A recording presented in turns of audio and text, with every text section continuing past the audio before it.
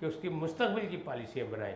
یہ نہیں کہ موجودہ دور میں صرف کھانا دے دیں، روٹی دے دیں، پانی دے دیں اور خیمے دے کے ان کو چھت سر مطلب چھپانے کی جگہ دے دیں، لیکن مستقل بنیادوں پر بھی اس کے انتظامات ہونے چاہیے. یعنی کہ جس طرح آرمی چیف نے کہا تھا کہ جو برساتی نالوں کی جگہ جو پانی کی گزرگاہیں ہیں اس میں جو مکانات بنائے گئے کیوں بنائے گئے، تو سوالیہ نشان تو ہے نا. اس طرح یہ معاملات جو ہیں یہ ان کا خیال رکھنا چاہیے اور ان کے حوالے سے یہ ساری آبادیاں جو پہلے سے ختم کر دینی چاہیے. اچھا، محکمہ موسمیات کی جانب سے جب مونسون کا اعلان ہوتا ہے تو حکومتیں یہ کہتی ہیں کہ ہم ایڈوانس انتظامات کر رہے ہیں، منصوبہ بندی کر رہے ہیں اور انشاءاللہ تعالی ہم نپٹیں گے کہ مونسون کی جو اثرات ہیں اس سے بچا جا سکے. لیکن کسی حد تک ہمارے ایک تو وسائل بڑے محدود ہیں اور دوسری طرف جو ہے ہمارے مسائل بے تحاشا ہیں، تو اس میں مسائل جو ہیں وہ زیادہ ہیں، مسائل محدود ہیں، لہٰذا اس میں مسائل بیلنس نہیں ہو پاتے. ہونا یہ چاہیے کہ حکومتی سطح پر اس کے انتظامات ہونے چاہیے، رفاہی ادارے جو ہیں وہ بھی تجاویز دیں کہ کس انداز میں سے بھے تاکہ مستقبل میں ان چیزوں سے بچا جا سکے. اب دوسری جانب جو ہے وہ سیاست ہے. سیاست کا کھلواڑ میں جس انداز میں ہو رہا ہے اس میں سب اپنی اپنی سیاست جو ہے وہ کر رہے ہیں. ایک الگ بات ہے کہ حکومت تو اس وقت دفاعی گیم کر رہی ہے، اس لیے کہ وہ حکومت ہے، وہ اس وقت طاقت میں ہے، وہ اس وقت اقتدار میں ہے، تو اس وقت کھلی چھٹی جو ہے وہ عمران خان صاحب کو ہے. عمران خان صاحب کھلے عام جلسے بھی کر رہے ہیں اور عدالتوں میں بھی دھکے کھا رہے ہیں، عدالتوں میں بھی چکر لگا رہے ہیں، لیکن وہ کہتے ہیں کہ مجھے جان بوجھ کے دیوار کے ساتھ لگایا جا رہا ہے. اور ان کا ایک پرانا بیانیہ تھا کہ اگر مجھے اقتدار سے اتارا گیا اور میں سڑکوں پہ آیا تو میں بہت زیادہ معاف کیجیے گا، تو اگر میں سڑکوں پہ آ گیا تو میں بہت زیادہ خطرناک ہو جاؤں گا.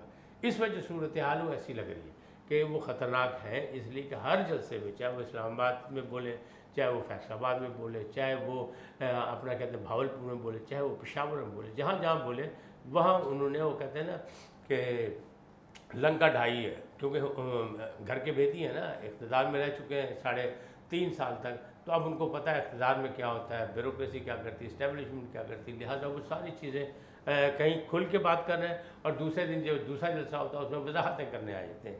تو یہ طریقہ کار کوئی اچھا نہیں ہے، لیکن بہرحال ان کے چاہنے والے ہیں، ان کا فین کلب ہے، ان کو واہ واہ ہو رہی ہے، لہٰذا وہ یہ کہہ رہے ہیں کہ نہیں سب ٹھیک ہے. لیکن بلو دی بیلٹ یعنی قومی جو معاملات ہیں ان کا خیال رکھنا چاہیے، جو آئین اور قانون کی پاسداری وہ ہونا چاہیے.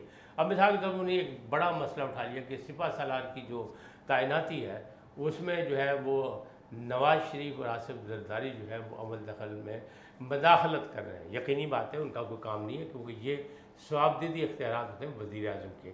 اب وزیر اعظم جو ہیں شہباز شریف صاحب، تو ظاہر ہے ان کے قائد ہیں نواز شریف اور آصف زرداری جو ہیں ان کے جو ہے اتحادی ہیں، تو شاید مشاورت ہو رہی ہو، اس کے ان کو پتہ لگا ہو، اس مشاورت پہ شور مچا رہے ہیں.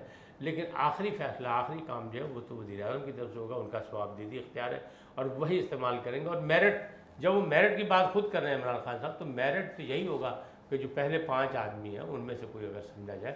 ماضی میں یہ ہوا ہے کہ میرٹ کی دھجیاں بکھیری گئیں، ذوالفقار علی بھٹو صاحب نے بھی نیچے سے اٹھا کے جنرل ضیاء الحق کو بنایا تھا، تو کیا فرق پڑتا ہے.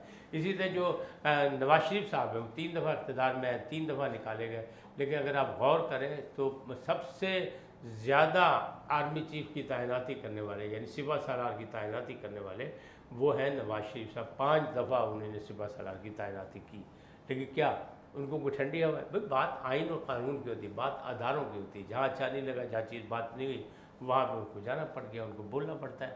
تو قومی ادارے، اگر میں ہمیشہ یہ کہتا ہوں کہ قومی ادارے جو اس میں مداخلت نہیں ہونی چاہیے، ان کا اپنا میرٹ ہونا چاہیے، چاہے وہ الیکشن کمیشن ہو، چاہے وہ سپہ سالار کی تقرری ہو، چاہے وہ کوئی بھی ہو. اسی طرح اسٹیبلشمنٹ ہو تو اپنا اپنا کام سب کریں اگر، اور اس میں مداخلت نہ کرنے کے لیے جو بند باندھ دیے جائے تو پھر لوگوں کے اعتراضات ختم ہو سکتے ہیں. لیکن بدقسمتی سے ایسا نہیں ہو سکا ماضی میں، اور ابھی بھی یہی ہو رہا ہے. اور ابھی بھی دیکھ لیں کہ تعیناتی کے لیے شور مچایا جا رہا ہے کہ نہیں جی نہیں، اس میں جو ہے وہ آصف زرداری چور ہے یا نواز شریف صاحب ڈاکو ہیں، لہٰذا ان کی مداخلت نہیں.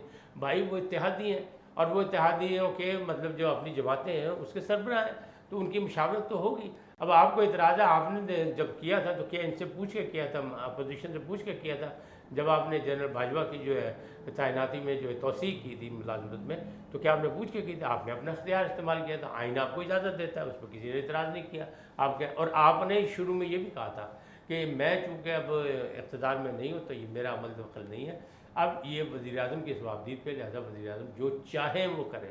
لیکن اس وجہ انہوں نے مسئلہ بنا دیا، وہ مسئلہ یہ بنا دیا کہ اب ایسا لگ رہا ہے کہ آخری مارکہ آرائی کے لیے عمران خان صاحب تیار ہیں. ٹائیگر، انہوں نے ایک فقرہ کہا تھا کہ ٹائیگر ہموم ہے لیکن کارنر ٹائیگر، یعنی کارنر ٹائیگر یہ ہوتا ہے کہ جو زخمی ہو، جو حملہ آور ہونے کی تیاری کرے، تو انہوں نے حملہ آور ہونے کی تیاری کر لی ہے۔ اللہ خیر کرے پاکستان کے لیے، جمہوریت کے لیے، پاکستان کے استحکام کے لیے، پاکستان کی ترقی کے لیے، کہ اللہ کرے کہ یہ افہام و تفہیم سے مسئلہ حل ہو جائے، لیکن ہوتا نظر نہیں آ رہا۔